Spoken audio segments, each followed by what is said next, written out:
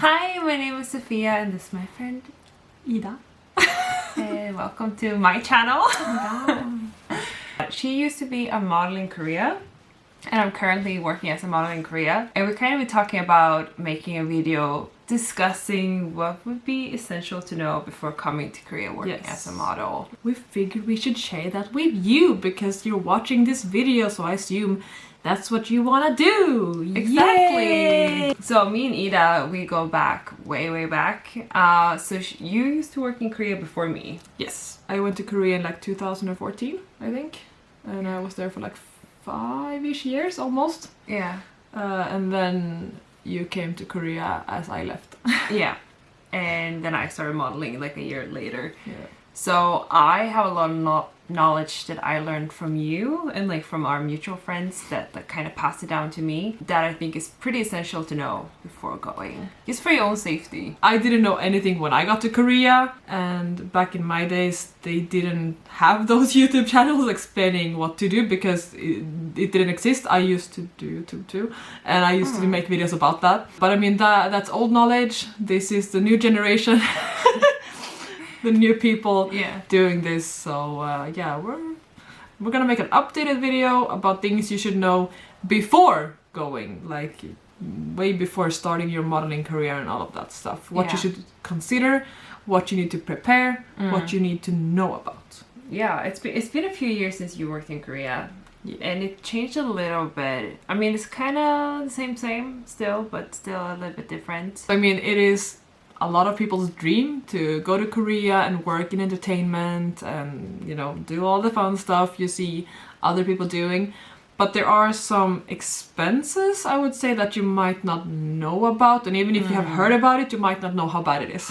No, I think it's very important to know that you're gonna have to spend a lot of money when you come to Korea, because you're moving to a different country and you have to get established there. So you need key money for your apartment, which is like deposit. Yeah. Which is a quite huge sum of money. Because I think, at least in Sweden, we don't really have that system. Like, it doesn't work like that here. So, I don't know about other countries, but it might even be just like 1 month in advance you pay. Yeah. Yeah, and then you get the money back. But this is like a lot of money. Yeah, it's a huge sum, and you will get it back when you leave the apartment if you haven't ruined stuff, because then they'll take that cost out of your key money and keep it for like repairs or whatever. But yeah, I mean, key money is a lot of money. I think the cheapest key money I've paid was 10 million. But I mean, then we were sharing a bunch of people, so we split it like 4 people. Yeah, I think from my 1 room office small office there was like 1 room, 15 square meters something. Yeah. It's like 5 million one deposit, and that's like the lowest I think you can get. At least these days it's getting more expensive too, so like 10 million, 50 million, you might need that. Like depending on where you live, but if you want to live pretty close to a station that is not too far away, because you still kind of want to live kind of central so you can get to castings and shootings very easily, because you also have to go in like really weird hours. Yeah. And the further away you live, the more expensive the taxi. Yeah, so. And there are like some main stations where they usually do like pickups if you get picked up, so it's like Yoido. Like around line 2 is good. Yeah. But it's more expensive. Yeah, I mean, if you can live anywhere near a line 2 station, your life is gonna be so much easier. Because then that's the main circle. You have rent on top of that and all the other expenses. Yeah. You have to have heating on in winter and you have to have AC on in summer, and that's expensive. Yeah, and you might want to shower.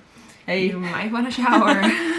Yeah, but also like the more you put down in the key money, usually you'll get a better deal, like you'll get a bigger place. Yeah, sometimes you might even be able to lower your monthly rent if you offer more in key money. But that's expensive. I mean, if you come to Korea because you don't have money and you want to work, this might be an issue for you. So then I would suggest trying to find like a share house. Yeah. Where you could just pay like 1 million, but you're splitting with other people. Yeah, that's what I did in the beginning. If you come like as an English teacher or something, your company will provide you like a apartment somewhere to live, but as a model you have to take care of that yourself. It's kind of expensive, and also the contracts of the housing is for at least 1 year, so you can't see that money for like a year.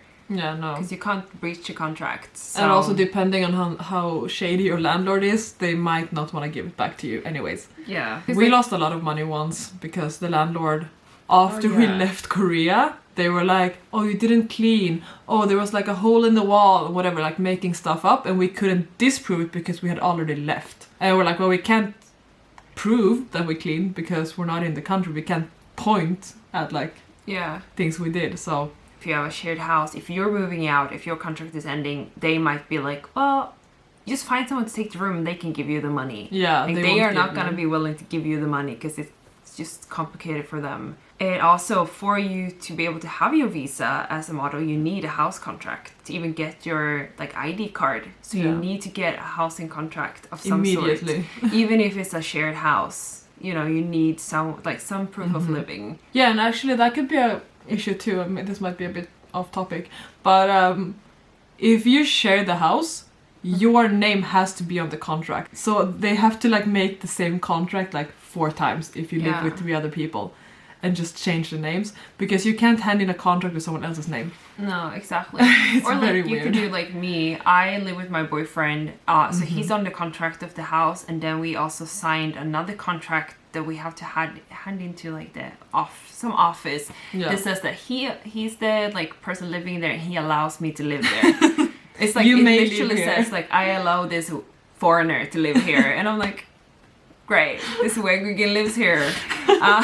It's really ridiculous, but I can use that when I like renew. It's you and the cat. Yeah, it's me and the cat, and I can use that when I renew the visa because I'm not on the contract, but I also have to register where I live as a foreigner either way. There. Yeah, because even when I move, either way, I have to register that I moved. Otherwise, I get problems with immigration. So since I'm not on a contract, you just go and get these papers, and it's just complicated, but you need to have that in mind. Also, other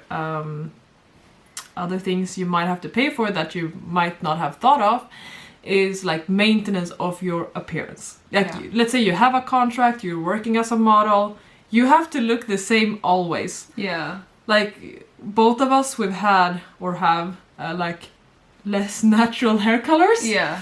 That you have to maintain, because at one point I had all white hair, no roots, just white hair, and I couldn't have like even this much of a root, because then the client would be like, why do you look like that? I mean, for me, I use box dye that I buy in Sweden, and I have pretty dark hair, so it kind of like melts together when it grows out, so I'm like lucky in that sense that I don't have to like every second week or third week like fix my roots. But that is like something you need to keep in mind, or if you have a very specific hairstyle, you have to keep that all the time. Yeah, you have to make it the same length because on your comp card it shows what you look like, and if like a client booked you looking like that, you have to look like that. Yeah. Like sometimes I've been asked to send pictures at like 2 a.m. and they're like, show me what you look like, because they don't trust you, because I guess so many people lie. Yeah. They use like old photos or whatever. So they want to see how you look exactly at this very moment. And on top of that, there could be like anything from like, you know,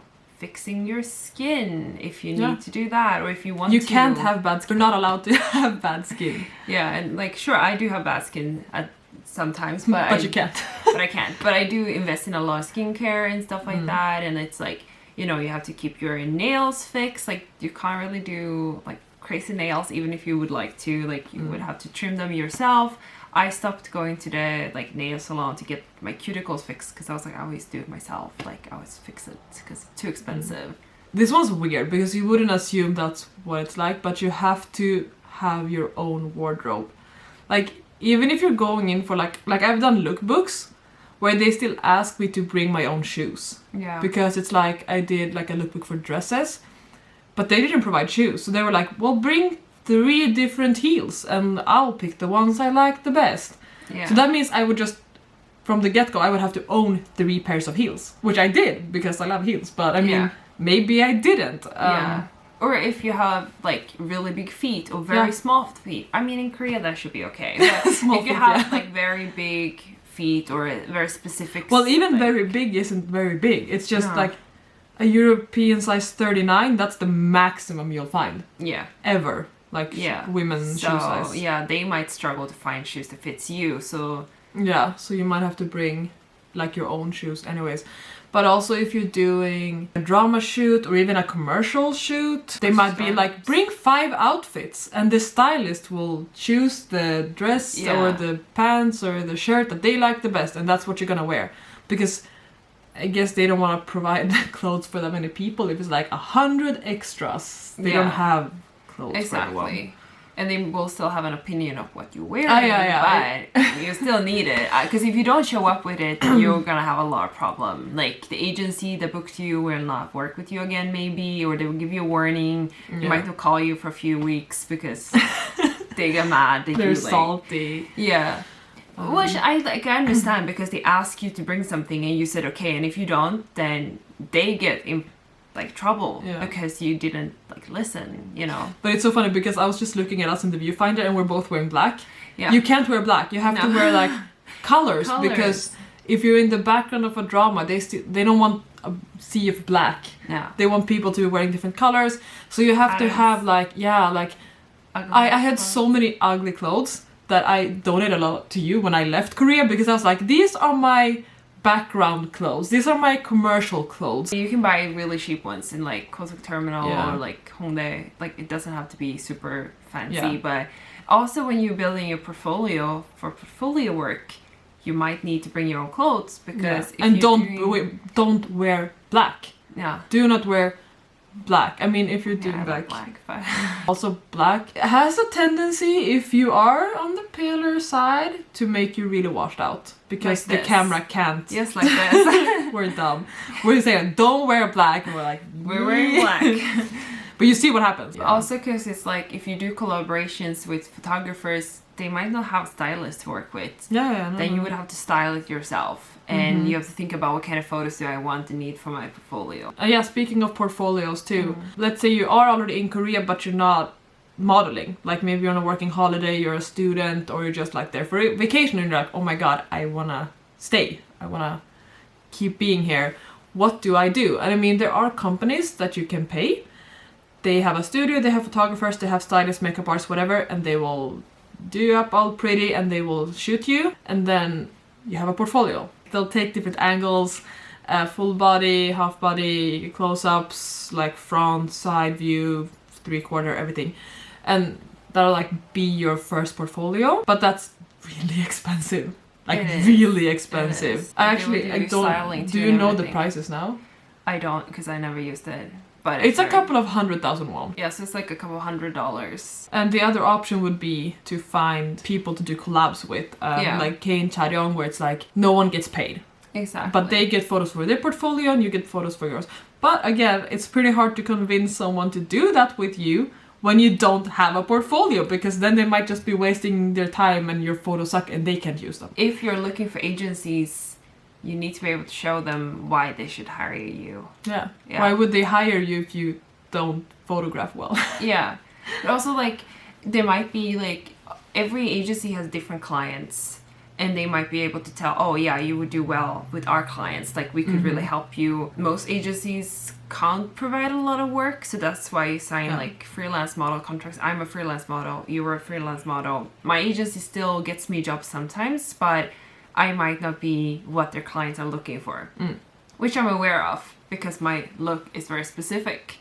And if you practice in front of the camera and take like portfolio photos, you learn a lot about your own angles and what looks good and how to photograph when you get on set with clients. Yeah. So you're not like, oh, okay, now what? Like, you need to be prepared. Because you might gonna have to do everything on your own. Like, I've had times where I come to shoot and they're like, put on my clothes and they're like, okay, do the thing. And I'm like, do what? They're like, yeah, let's take photos. So I was like, yeah, but what are we taking photos of? Like, what's the concept? What's the concept? What's the idea? Like, is it youthful? What is it? What do you want me to do? Cute, sexy. Yeah. Is it like Hesawon? What's it called? Office worker. Yeah. Like, what am I supposed to do? Who is the client? Like, who is the customer? Yeah. Who's gonna buy these things? Like, what do you want me to do? Do your homework so you can get paid and get money, because you want them. You want the money. And also because you need to have a portfolio. Even if you sign with an agency, they are not the one deciding if you get the visa or not. There is it's like a ministry. What is it? Government. Yeah. So like they go to immigration and you go to immigration applying for your visa, and then you need to show why you're a model. Like, why should they hire you? Why should they give you this visa? Why does Korea need you? Exactly, because then they could be like, well, I don't think this is a real model or like dancer or whatever. Like, I don't think this is legit because this person doesn't have any portfolio. It feels sketchy. I'm not gonna give this person a visa. Yeah, and actually starting, I think, from September, I was gonna say 24, last year, a few months ago. Yeah, recently, they changed a lot, I think, in the Department of the Immigration, where they issue the E6 visas. I heard a lot more people are actually getting denied, even if they worked on the visa for a long time. Their company might have signed too many models, and then the immigration think, oh, no, we don't trust you. We don't trust you. Or if you didn't earn enough money, you need to make at least, I think it's 8 million minimum limit, yeah. Which is before taxes and before your company takes their cut, so it's okay. But still, it's still you have high. to make money. It's not a lot of money, but still you have to make money for you to be able to renew your visa. Okay, that's it for this video. I think it's gonna be too long, so thank you for listening. And if you have any questions, you can just like ask in the comments. I will answer as much as I can. But yeah, she's gonna make more videos. She will get through all of your questions because there's so much to talk about. And I really want to use people to know what they're getting themselves into. I don't want anyone to come here and be like, oh my gosh, what is this? Like, I'm in the worst spot ever. Don't get stuck. Come here, have a good time, make money, pay your rent. Don't suffer unnecessarily. So yes. Okay, thank you for watching. Bye.